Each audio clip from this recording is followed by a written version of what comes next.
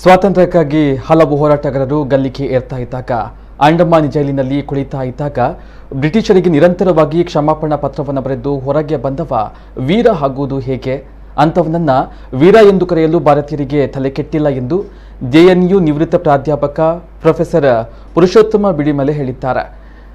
ಜನಶಕ್ತಿ ಕನ್ನಡ ವಾರಪತ್ರಿಕೆಯ ಜನಶಕ್ತಿ ಉತ್ಸವ ಎಂಬ ಕಾರ್ಯಕ್ರಮದಲ್ಲಿ ಮಾತನಾಡಿದ ಅವರು, ಸಾವರ್ಕರ್ ಅವರೇ ಚಿತ್ರಗುಪ್ತ ಎಂಬ ಹೆಸರಿನಲ್ಲಿ ಬ್ಯಾರಿಸ್ಟರ್ ಎಂಬ ಆತ್ಮಕಥೆ ಪುಸ್ತಕ ಬರೆದರು. ಅದಕ್ಕೆ ಅವರೇ ವೀರ ಯೋಧ ಎಂದು ಹೆಸರನ್ನ ಕೊಟ್ಟರು.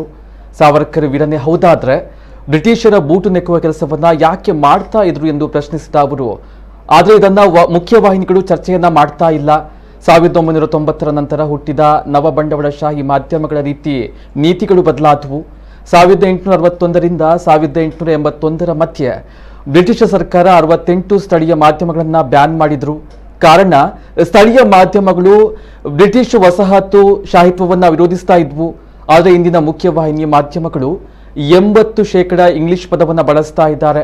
ಅವುಗಳಿಂದ ಭಾಷೆ ಮತ್ತು ಸಂಸ್ಕೃತಿ ನಾಶವಾಗ್ತಾ ಇದೆ. ಇದೇ ವೇಳೆ 2033ರ ವೇಳೆಗೆ RSS ಸಂಸ್ಕೃತ ಭಾಷೆಯನ್ನ ದೇಶದ ಭಾಷೆಯನ್ನಾಗಿ ಮಾಡಲು ಹುನ್ನಾರ ನಡೆಸ್ತಾ ಇದೆ ಎಂದು ಹೇಳಿದರು.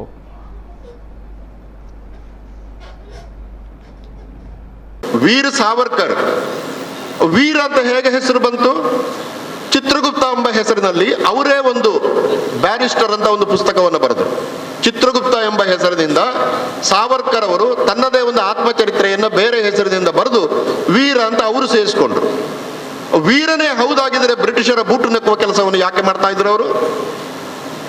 ಇಷ್ಟೊಂದು ಹೋರಾಟಗಾರರು ಭಾರತದಲ್ಲಿ ಗಲ್ಲಿಗೆ ಏರ್ತಾ ಇದ್ದಾಗ, ಇಷ್ಟೊಂದು ಹೋರಾಟಗಾರರು ಅಂಡಮಾನ್ ಜೈಲಿನಲ್ಲಿ ಕೊಳೆಯುತ್ತಿದ್ದಾಗ ನಿರಂತರವಾಗಿ ಬ್ರಿಟಿಷರಿಗೆ ಕ್ಷಮಾಪಣೆ ಪತ್ರ ಬರೆದು ಈಚೆ ಬಂದವ ವೀರ ಆಗುವುದು ಹೇಗೆ? ಭಾರತೀಯರಿಗೆ ಅಷ್ಟು ತಲೆ ಕೆಟ್ಟಿಲ್ಲ. ಅಂಥವನನ್ನು ವೀರ ಅಂತ ಕರೆಯುವಷ್ಟು ಭಾರತೀಯರಿಗೆ ತಲೆ ಕೆಟ್ಟಿಲ್ಲ. ಅದನ್ನು ಹೇಳಿಕೊಂಡವರು ಅವರೇ. ಆದರೆ ಮೈನ್ ಸ್ಟ್ರೀಮ್ ಮಾಧ್ಯಮಗಳು ಇದನ್ನು ಇಷ್ಟರವರೆಗೆ ಚರ್ಚೆ ಮಾಡಲಿಲ್ಲ. ಪರ್ಯಾಯ ಮಾಧ್ಯಮಗಳು ಇವತ್ತು ಮಾಡ್ತಾ ಇದ್ದಾವೆ.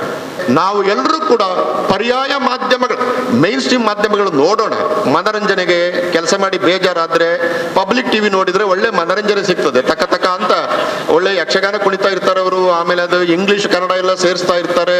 ಆಮೇಲೆ ನಿಮಗೆ ಡಿಕ್ಟೇಟ್ ಮಾಡ್ತಾ ಇರ್ತಾರೆ. ನೀವು ದುಡ್ಡು ಕೊಟ್ಟು ಚಾನಲ್ ಸಬ್ಸ್ಕ್ರೈಬ್ ಮಾಡ್ತಾರೆ, ನಿಮಗೆ ಬೈತಾ ಇರ್ತಾರೆ ಅವರು. ಅಂದ್ರೆ ನಾವೇ ದುಡ್ಡು ಕೊಟ್ಟು ನಾವೇ ಬೈಸ್ಕೊಳ್ಳೋದು, ನಮ್ಮ ಕರ್ಮ, ಹಣೆ ಬರ ಇದು. ಇದೆಲ್ಲ ಇರ್ತದೆ, ಅದು ಮಾಡಿ. ಆದರೆ ದಯವಿಟ್ಟು ಅವುಗಳು ನಂಬಬೇಡಿ. Go for alternative media. ಒಳ್ಳೆ ವೆಬ್ಸೈಟ್ಗಳು ಬರ್ತಾ ಇವೆ ಇವತ್ತು. ಜನಶಕ್ತಿ ಅಂತ ಒಂದು ಪತ್ರಿಕೆ ಬರ್ತದೆ. ಮತ್ತು ನನ್ನ ಗೆಳೆಯರು ಕೂಡ, ಜನಶಕ್ತಿಯಲ್ಲಿ ಕೆಲಸ ಮಾಡ್ತಿರುವಂಥ ಗೆಳೆಯರು ಕೂಡ ಇದನ್ನು ಹೆಚ್ಚು ಜನಪರವಾದ ಭಾಷೆಯಲ್ಲಿ ಹೆಚ್ಚು ಜನಗಳಿಗೆ ಮುಟ್ಟಿಸುವ ಕೆಲಸವನ್ನು ಪತ್ರಿಕೆಯವರು ಮಾಡಬೇಕು. 2023ರ ಸೆನ್ಸಸ್ಗೆ ಬಂದಾಗ ನಮ್ಮ ಭಾಷೆಗಳನ್ನು ಉಳಿಸಿಕೊಳ್ಳುವುದಕ್ಕೆ ನಾವೊಂದು ದೊಡ್ಡ ಆಂದೋಲನವನ್ನ ನಡೆಸಬೇಕು. ಇದು ನನ್ನ ಮನವಿ. ಯಾಕಂದ್ರೆ ಈಗಾಗಲೇ ನಾನು ಇದನ್ನ ಜನಶಕ್ತಿ ಮೀಡಿಯಾದ ಒಂದು ಇಂಟರ್ವ್ಯೂನಲ್ಲಿ ಹೇಳಿದ್ದೇನೆ. ಇನ್ನೊಂದು ವಾರದಲ್ಲಿ ಪ್ರಜಾವಾಣಿಯಲ್ಲಿ ಇದರ ಬಗ್ಗೆ ನಾನೊಂದು ಲೇಖನವನ್ನು ಕೂಡ ಬರೀತೇನೆ. ಆದರೆ 2023ರ ಜನಗಣತಿಯಲ್ಲಿ ನಾವು ಸ್ವಲ್ಪ ಎಚ್ಚರ ತಪ್ಪಿದರೂ ಕೂಡ 24,000 ಇರುವ ಸಂಸ್ಕೃತ 2023ರ ಜನಗಣತಿಯಲ್ಲಿ 30 ಕೋಟಿಗೆ ಹೋದರೆ ಅದು ಮುಂದಿನ 10 ವರ್ಷದಲ್ಲಿ 2033-34ರಲ್ಲಿ ಅದು 60 ಕೋಟಿ ಆಗ್ತದೆ.